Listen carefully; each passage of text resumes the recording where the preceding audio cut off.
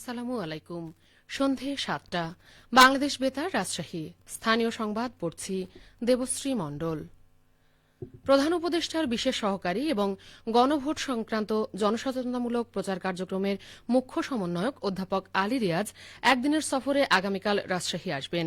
তিনি সকাল 10:30টায় বিমানযোগে রাজশাহী এসে পৌঁছবেন।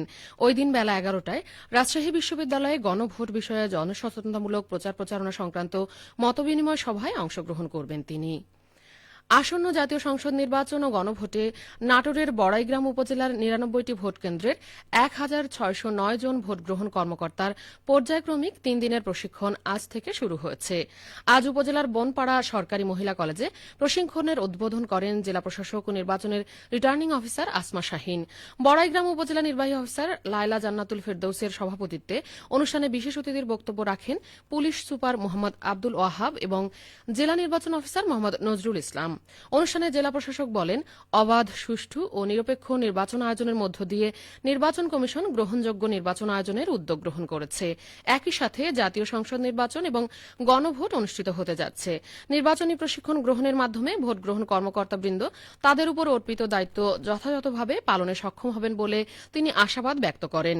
প্রশিক্ষণে ১০৯ জন প্রিজাইডিং অফিসার, ৫০০ জন সহকারী প্রিজাইডিং অফিসার এবং ১,০০০ জন পোলিং অফিসার অংশগ্রহণ করেছেন।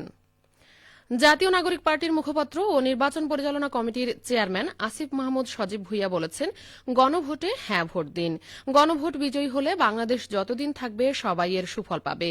আজ সিরাজগঞ্জের শাহজাদপুরে ১১ দলীয় জোট মনোনীত শাপলাকলির প্রার্থী ও গণভোটে হ্যাঁ ভোটের প্রচারণায় প্রধান অতিথির বক্তব্যে তিনি একথা বলেন। আসিফ মাহমুদ বলেন, আগামী দিনে দেশে আওয়ামী ফ্যাসিবাদ রোধ করতে হলে গণভোটে হ্যাঁ ভোট দিতে হবে।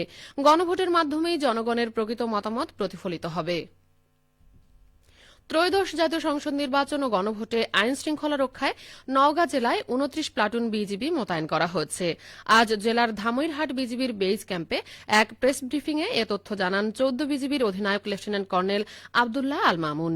তিনি বলেন, সুষ্ঠু, নিরপেক্ষ ও শান্তিপূর্ণভাবে ভোট গ্রহণের লক্ষ্যে নওগাঁ সদর উপজেলায় একটি রিজার্ভ প্লাটুন, নওগাঁ ১ আসনের ৩টি উপজেলায় ৪ প্লাটুন করে ১২ প্লাটুন, অন্য ৫টি আসনের ৮ উপজেলায় ২ প্লাটুন করে ১৬ প্লাটুন বিজিবি মোতায়েন থাকবে। সীমান্তবর্তী উপজেলাসমূহে বিজিবি এককভাবে এবং অন্য উপজেলাসমূহে সেনাবাহিনীর সঙ্গে যৌথভাবে নির্বাচনী দায়িত্ব পালন করবে। ১৪ বিজিবি ও ১৬ বিজিবি মিলিয়ে ১৬ জেলায় মোট ১১টি বেজ ক্যাম্প স্থাপন করেছে। নির্বাচনী দায়িত্ব পালনের পাশাপাশি সীমান্তে বিজিবির তৎপরতা আরও বৃদ্ধির কথা জানানো হয়েছে। দেশের বাজারে এবার জ্বালানি তেলের দাম প্রতি লিটারে ২ টাকা কমিয়েছে সরকার। আজ থেকে তা ভোক্তা পর্যায়ে কার্যকর হয়েছে। বিদ্যুৎ, জ্বালানি ও খনিজ সম্পদ মন্ত্রণালয়ের সংবাদ বিজ্ঞপ্তিতে গতকাল এ তথ্য জানানো হয়েছে। বিজ্ঞপ্তিতে বলা হয়, প্রতি লিটার ডিজেলের দাম ১০২ টাকা থেকে কমিয়ে ১০০ টাকা, অকটেনের দাম ১২২ টাকা থেকে কমিয়ে ১২০ টাকা, পেট্রোলের দাম প্রতি লিটার ১১৮ থেকে কমিয়ে ১১৬ টাকা এবং কেরোসিনের দাম ১১৪ টাকা থেকে কমিয়ে ১১২ টাকা নির্ধারণ করা হয়েছে। রাজশাহী মেট্রোপলিটন পুলিশের পৃথক অভিযানে ৮ জনকে গ্রেপ্তার করা হয়েছে। নগরীর বিভিন্ন থানা ও ডিবি পুলিশের অভিযানে তাদের গ্রেপ্তার করা হয়। আজ বিকেলে রাজশাহী মেট্রোপলিটন পুলিশের মিডিয়া সেল থেকে পাঠানো প্রেস বিজ্ঞপ্তিতে এ তথ্য জানানো হয়।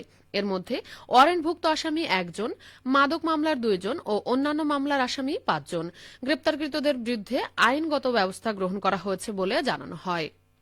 রাজশাহীর গোদাগাড়ী উপজেলায় এই মৌসুমে প্রথমবারের মতো বাণিজ্যিকভাবে জিরা চাষ শুরু হয়েছে। এতে নতুন আশার আলো দেখছেন স্থানীয় কৃষকরা। আমদানি নির্ভরতা কমাতে, অভ্যন্তরীণ চাহিদা পূরণ এবং জিরাকে লাভজনক অর্থকরী ফসল হিসাবে পরিচিত করাই এ উদ্যোগের মূল লক্ষ্য। চলতি মৌসুমে গোদাগাড়ী উপজেলায় পরীক্ষামূলকভাবে প্রায় ১ একর জমিতে জিরা চাষ করা হয়েছে। কৃষি সম্প্রসারণ অধিদপ্তরের তথ্য মতে প্রতি বিঘা জমিতে গড়ে প্রায় ১১০ কেজি জিরা উৎপাদনের সম্ভাবনা রয়েছে। সেই হিসাবে ১ একর জমি থেকে প্রায় ৩৩০ কেজি জিরা উৎপাদন হতে পারে। উৎপাদন খরচ কম, স্বল্প শ্রম এবং তুলনামূলক বেশি লাভ হওয়ায় এই মশলা ফসল চাষে আগ্রহ বাড়ছে কৃষকদের মাঝে। সবশেষে আবহাওয়া। আজ রাজশাহীতে সর্বোচ্চ তাপমাত্রা ছিল ২৬ ডিগ্রি এবং সর্বনিম্ন ১০.৮ ডিগ্রি সেলসিয়াস। সন্ধ্যা ৬টায় বাতাসে আপেক্ষিক আর্দ্রতার পরিমাণ ছিল ৬৭%। রাজশাহী ও পার্শ্ববর্তী এলাকায় আগামীকাল সূর্যোদয় ভোর ৬টা ৪৭ মিনিটে। সংবাদ শেষ হল। আমাদের পরবর্তী স্থানীয় সংবাদ প্রচারিত হবে আগামীকাল সকাল ৮টা ১০ মিনিটে।